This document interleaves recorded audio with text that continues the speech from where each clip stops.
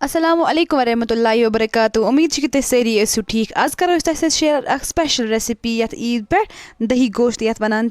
वारिया आसान बनान बे वारिया ज़्यादा मज़ गसान। तुम विजो वीडियो एंडस ताम वीडियो कर लाइक बे कर सन चैनल सब्सक्राइब तो जरूर गोटे माज निमुत असल पे थोमुत छलित लकट लकट पीस बनावन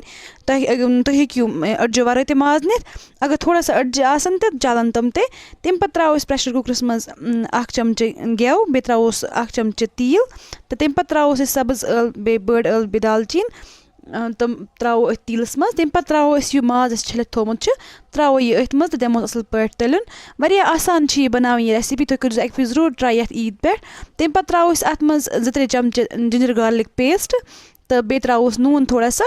दमो असल पे फ्यूर ये थोड़ा सा तलन हूँ लगे तो तम पे त्रो अत मज मरचांगन 5-6 बे थमित गंड तो बे दानवाल अमुक पेस्ट बनोमुत तो यह त्रो अत मज असल पे फ्यूर दिन युतान असल पे अमुक मुशुक नेर नबर तो तम पे त्रो अत मज लिदर अख चमचे तो बे त्रो यह काली मिर्च तमुक अख चमचे बे त्रो मसाल अवेलेबल गर मीट मसाला या बाकी गरम मसाला तमो मज त्रो अख चमचे बे त्रो थोड़ा सा आब ज़्यादा त्रा कहें अगर माज लो आस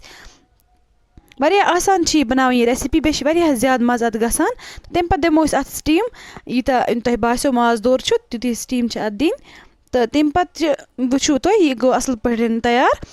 तो यह असल पे सॉफ्ट गोमुत माज तम पे निमित यह दोद गिलास 2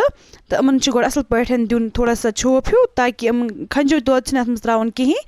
तो थोड़ा सा छोप दिन तम पे अत मज त्रा यह तो बे त्रो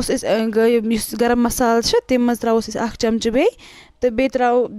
खावोस ग्रक 5-6 असल पे तो तम पे त्रो अत मज फ्रेश क्रीम अगर न तुम कहें तो तुम तुलु दोदस पे मलाई लगान तम मज हेक्यू तुम अत त्रित बे त्रो सब्ज दानवाल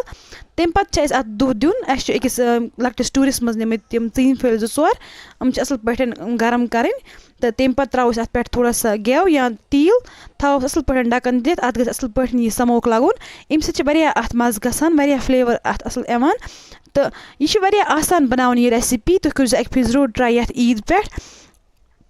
वारिया मज़ अत गसान बे यूनिक बनान यह रेसिपी उम्मीद कर कि तुम यह पसंद आम वीडियो कर लाइक बे कर सन चैनल सब्सक्राइब तो जरूर बे वन कमेंट कर कि तुम कत पे सन वीडियो वुचान तो बे कित बासान सन रेसिपीज तुम सारे सान तरफ ईद मुबारक बे साथ बे तुम ब्रोह ब्या नव रेसिपी है तो अल्लाह हाफिज़।